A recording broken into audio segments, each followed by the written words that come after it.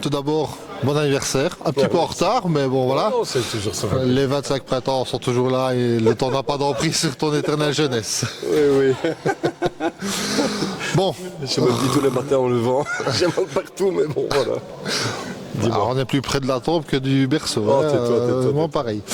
Bon, changeons de sujet. Ouais. Revenons au match. Match bizarre. Hein.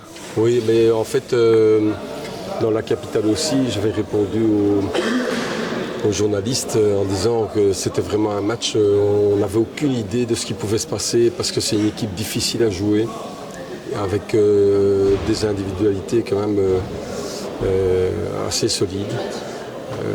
Et c'est tout ou rien avec eux. Et de nouveau aujourd'hui, mais comme au match aller, on a vraiment peiné. Et ici aussi, parce que bon, finalement, le score, on a le score final, c'est 7-3, 7-4. Oui, enfin en tout cas ça pourrait donner l'image d'un match facilement géré, mais ça n'a pas été le cas. Hein. C'était difficile. Un peu poussif en première mi-temps. Oui, mais même la deuxième, je trouve que c'est resté quand même compliqué. On n'a jamais été vraiment serein.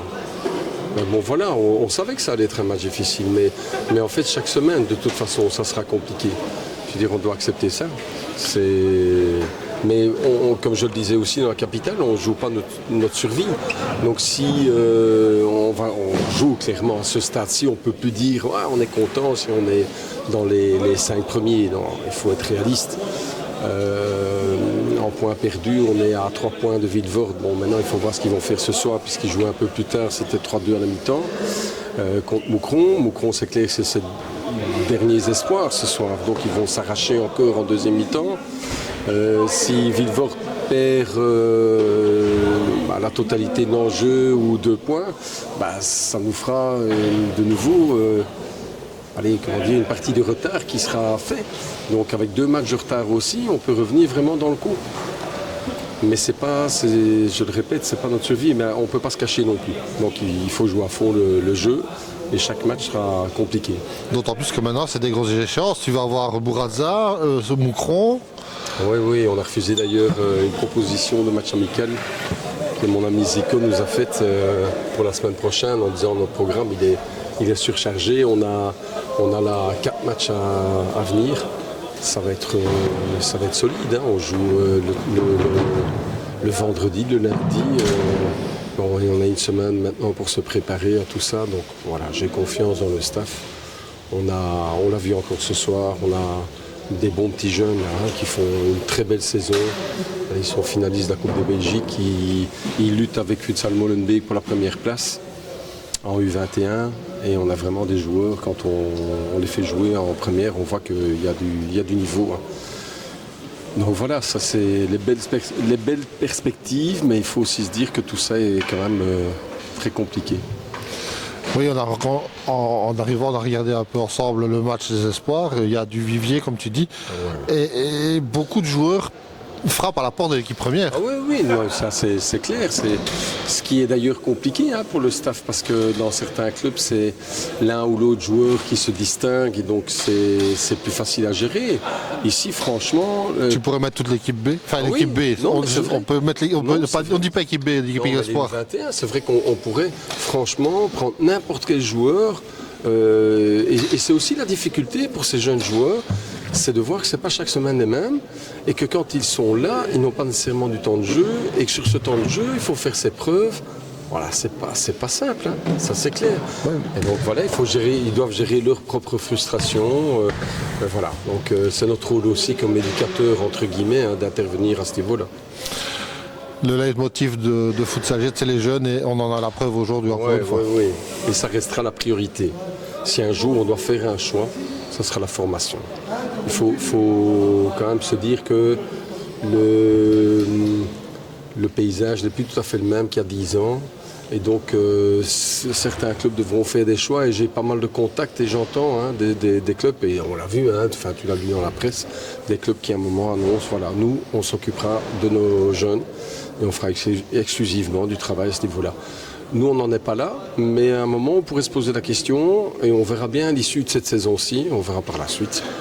On n'est pas non plus opposé à s'associer à l'un ou à l'autre, même si dans le passé, ça n'a pas toujours été une réussite pour nous. J'ai ma grosse déception avec un ami, Thierry Gabrielli, où j'ai beaucoup espéré. J'ai cru vraiment qu'on allait donner une dimension supplémentaire au club et là, la déception est immense. Mais je n'en veux pas, Thierry, je le dis tout de suite. Mais voilà, c'est comme ça la vie. Alors, il y a d'autres possibilités sur Bruxelles. On étudiera chaque possibilité. Et moi, les gens me connaissent, donc on sait comment me contacter. Honnêtement, c'est pas un appel du pied, mais il faut rester réaliste. On peut continuer comme ça pendant 10 ans. Quand tu vois, il n'y a que le montant que le champion qui monte. C'est pas un peu dommage ça par contre? Mais oui, c'est compliqué. Ça veut dire que le niveau en D2, très honnêtement, tu prends les 5 premiers de notre série, ils se maintiennent sans problème en division 1. Et alors quand tu sais qu'avec la fusion de la Ligue, on va peut-être avoir des équipes qui vont arriver là, en division 1 à l'Union belge, mais qui ne seront pas du tout préparées pour vivre ça. Et nous, on sera toujours dans l'antichambre si on ne parvient pas à être champion.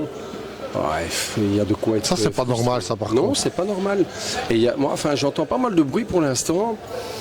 Et franchement, quand tu vois que ce soir, une équipe en D1 donne forfait, alors que tu avais un derby, on va citer, je ne comprends pas Mike, je ne comprends pas. T'as quand même, c'est un club. Il est connu, il a marqué l'histoire du futsal en Belgique, en partie comme d'autres. Ils ont un derby à jouer, ils donnent forfait. Bon, chacun ses problèmes, etc. Mais c'est quand même étonnant. Et puis tu as des bruits de couloir, que des clubs vont s'associer pour profiter d'un matricule en national côté Ligue. Ça fait désordre. Franchement, ça fait désordre. Moi, je pense que l'Union belge doit à un moment nous éclairer davantage sur ce qui va se passer. Non, le plus facile pour nous, c'est de terminer champion. Comme ça, il n'y a pas de souci. Je pense qu'au niveau de la licence, l'année passée, on l'avait réclamé, on l'a obtenu. Donc, je pense que cette année-ci, si on la demande, on l'obtiendra aussi. On sait jamais, mais normalement, on a ce qu'il faut pour pouvoir jouer en D1, au niveau infrastructure, etc. Niveau équipe aussi. Je pense aussi. Oui, c'est clairement, avec cette équipe-ci et le vivier derrière, en D1 sans problème. Sans problème. Je pense même qu'on aurait pu terminer en première partie du tableau, pas dans les 5 premiers, mais honnêtement, je pense qu'on aurait pu faire une belle saison en D1, mais tu prends n'importe lequel des 5 premiers. Et je ne sais pas, du côté de la 2B, je pense aussi qu'il y a de belles équipes. Donc voilà, j'avais dit qu'on ferait court. On fait court, on arrête là. Court, merci JF. Merci à toi, Mika. Bien, là, je dois se faire peur ce soir en première mi-temps. Ouais, on est tombé face à une belle équipe qui défend bien compact au milieu de terrain et ils n'ont pas leur place dans ce championnat-là. Il y a un joueur, je ne sais pas son prénom ni son nom, en arrivant il était un petit peu en retard, on ne peut pas le dire normalement. Et on discutait comme ça, comme toi maintenant, comme je fais toujours chaque fois avec vous autres. Il me disait, on prend beaucoup de buts, mais on marque aussi pas mal. Exactement. Tu partages cet avis-là? On l'a vu ce soir aussi. Bon, aujourd'hui, ce soir, ils ont moins marqué que toi, forcément. On peut voir dans le classement qu'ils ont énormément de goals, mais ils encaissent aussi énormément. C'est ce qui fait qu'ils ont cette position-là. Je pense que défensivement, ils sont mieux offensivement. Alors la tournure du match, c'est quoi? C'est la carte rouge? Enfin la deuxième jaune qui prend rouge, ou alors il y a eu un autre tournant? Non, on s'est réveillé, on a fait tourner, on les a attirés vers chez nous, on a créé d'espace et ça nous a aidé à marquer plus facilement. Alors Bilal, félicitations parce que tu as une sélection nationale maintenant. Comment ça se passe en équipe nationale? Comment ça se passe, c'est-à-dire? Tu te sens bien? Quelle est ta place, ta position? Je me sens bien, ouais, mais c'est l'équipe nationale du Maroc et ils ont un niveau extra fort. Et c'est difficile de s'intégrer dedans. Il faut vraiment s'entraîner 2 fois par jour. Et on essaye de s'entraîner le plus possible pour qu'ils nous reprennent. Mais c'est un superbe bel, pas aboutissement, parce que l'aboutissement, ça serait le titre en D2 pour monter en D1, mais c'est une belle reconnaissance quand même déjà, et pour le futsal jet, parce que c'est un club formateur de jeunes, les jeunes poussent derrière, mais aussi en équipe première, quand on voit le travail accompli par Hamza, l'équipe et Jean-François, d'avoir une sélection nationale, c'est génial quoi. Ouais, écoute, on a un bon staff qui font du bon boulot. Nous aussi on travaille bien durant les entraînements Et c'est le niveau de jeu qui augmente de jour en jour. Et c'est ce qui fait qu'on a des joueurs de toutes catégories qui partent en équipe nationale. Alors pour en revenir au championnat ici en D2, il reste 5 matchs je crois, si je ne compte bien, peut-être 4 matchs, 4 finales, parce que dedans tu as Bouraza et Squadra Moucron. Donc si tu passes ces deux obstacles-là, normalement ça pourrait le faire, mais en fonction évidemment des résultats des adversaires. Exactement, moi je pense qu'on a 4 finales, puisqu'on tombe sur 4 bonnes équipes. Galaxy Alos chez eux c'est très très difficile, ils ont un bon jeu, ils marquent beaucoup de goals, ils défendent bien. Et Medina, Moucron. Rectification, 6 matchs. 6 matchs effectivement. Et ouais, on a 6 finales. Tu vois, il a les oreilles qui traînent partout. Hein. C'est 6 grosses finales parce qu'on a 6 grosses équipes vraiment. Vraiment, on va pas. On va jouer les 6 matchs comme si c'était une finale. Rien lâcher. On va rien lâcher. Quoi qu'il se passe, même si les autres ils perdent ou qu'ils gagnent, on prend match par match et on va essayer de prendre le championnat. Alors, à l'issue du championnat, est-ce qu'on aura des regrets? Des regrets un peu, parce qu'on a perdu les 2 matchs contre les grosses équipes. On a fait un match nul contre Galaxy Alost. Je pense que pour moi, c'est 2 regrets. Mais après, on a tout fait, on a travaillé, on a gagné presque tous les matchs presque. Et c'est positif, au moins les jeunes ils prennent du temps de jeu. Et l'année prochaine, ça sera eux qui vont prendre le relais. Et qui aurait dit que Futsaget allait lutter pour la place de leader, de champion cette année? C'est ça, il faut... Beaucoup, on en fait taire beaucoup. Hein. Exactement. On a tout fait pour les faire taire et c'est ce qui s'est passé. Merci Bilal. Avec plaisir. Merci. Merci à toi. Nordine, ferme la porte de vestiaire. Alors, je ne devrais peut-être pas te le dire, ouais. Mais quand je suis arrivé tantôt, il y a un joueur qui était en retard. J'ai un petit peu parlé avec lui, il m'a dit on encaisse beaucoup, ouais. mais on marque beaucoup aussi. Ouais. Ça s'est vu ce soir. Oui, alors aujourd'hui je trouve qu'on a été un peu plus discipliné au niveau défensif. Parce que les matchs précédents, on a voulu rester sur les premiers matchs, on s'est dit qu'on allait continuer la même stratégie. Et puis on s'est rendu compte qu'on n'était plus trop dans cette... dans ce mood-là. Puis voilà, on s'est dit qu'aujourd'hui on allait être un peu plus concentré défensivement. Et donc ce qui fait que même si on encaisse 6 goals, bon, voilà, il y a aussi un 10 mètres je crois qui rentre. C'était un peu serré, donc voilà. On n'est pas mécontent non plus. Voilà. Face à une très bonne équipe. Donc voilà. J'ai interviewé Bilal Hachem avant, il disait que vous n'êtes pas du tout à votre place. Au niveau du classement. Au niveau du classement. Oui, parce qu'on a connu vraiment un gros passage à vide depuis quelques matchs. On a eu beaucoup de malchance aussi. Beaucoup de nos joueurs qui sont très performants dans nos matchs, dans les premiers matchs, blessés. La plupart sont blessés. On a 4 joueurs qui sont blessés sur des longues semaines. Ce qui fait qu'on a dû reconstituer un peu notre base de joueurs. Et tu n'as pas la même équipe chaque semaine qui joue pour commencer un match, par exemple. Ça, c'est le problème aussi. Pour être honnête, voilà, on a un club avec des moyens limités. On a des sponsors qui nous aident et ça, on est très reconnaissant. Mais ça reste... voilà, on n'a pas l'ampleur d'un club peut-être comme Jet ou comme Bouraza ou d'autres. Voilà, on fait avec nos moyens. Oui. Pour en revenir au match, oui. Ton analyse personnelle du match?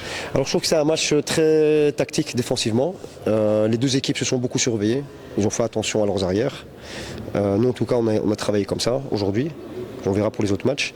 Mais en première mi-temps, vous étiez bien en place. Hein? Oui. Je trouvais que c'était une belle mi-temps. Et je ne sais plus c'était quoi le score. À la mi-temps, c'était 3-2. 3-2, mais vous meniez 2-1. Oui, 2-1. En fait, on encaisse sur 2... Allez.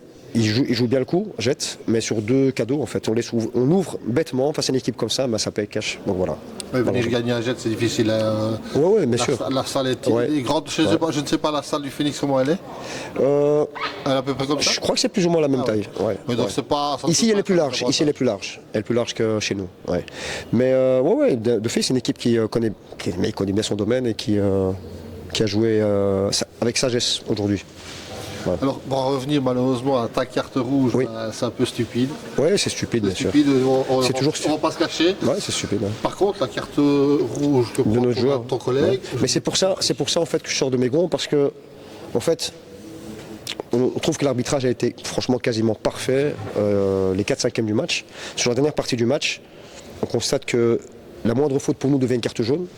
Alors qu'en face, il y a eu beaucoup de fautes à ce moment-là et notre joueur subit beaucoup de fautes.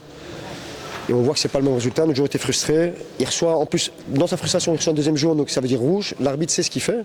Je trouve qu'il sait les conséquences que c'est. Et donc, c'est 5-3 à ce moment-là. On sait qu'on peut en revenir. Il y a encore 7 minutes de jeu. Mais en fait, c'est cassé la dynamique. C'est le match, quoi. Mais, je veux pas dire que c'est intentionnel, mais je pense qu'il y a des mesures à prendre à ce moment-là. Je pense pas que c'est la bonne sanction à donner. Parce que le joueur, en fait, il subit des fautes. Et donc les vidéos le montrent. Et, oui, il avait sa chaussure il a chaussure enlevée, en fait. Rien que cette preuve-là montre qu'il y avait beaucoup de fautes jouées sur lui. Et malgré ça, on doit rester, sage. Les fautes qui ont été faites, c'était même pas des fautes méchantes, elles n'étaient pas agressives. Non, c'est des fautes de jeu, quoi, de contact. Mais voilà, maintenant, la première jaune, je trouve qu'elle a été méritée parce que le joueur partait seul, le joueur en face. Mais ici, il n'y a pas lieu de donner. Le joueur est frustré parce qu'il reçoit des coups. On ne peut pas donner une carte jaune pour ça, à mon avis. Et c'est pour ça que moi-même, je suis frustré à la fin. Voilà. Mais voilà. C'est des choses qui arrivent. C'est des choses qui arrivent et on apprend toujours. Hein. On apprend. Alors la suite du championnat, comment est-ce que ça va se passer pour le Phoenix Bruxelles?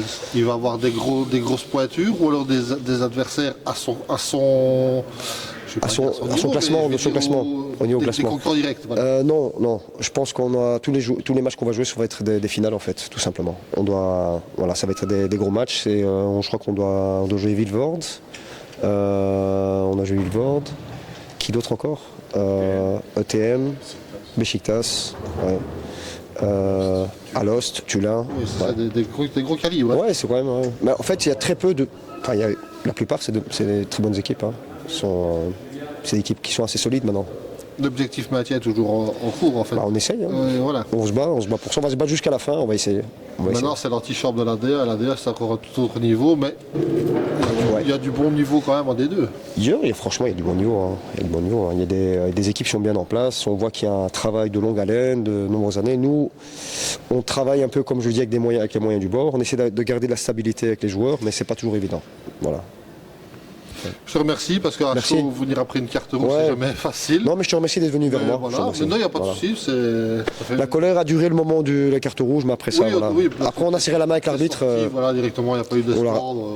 Non, pas du tout. Non, au contraire, on l'a même félicité parce que franchement, les deux arbitres, c'était quasiment excellent pour nous.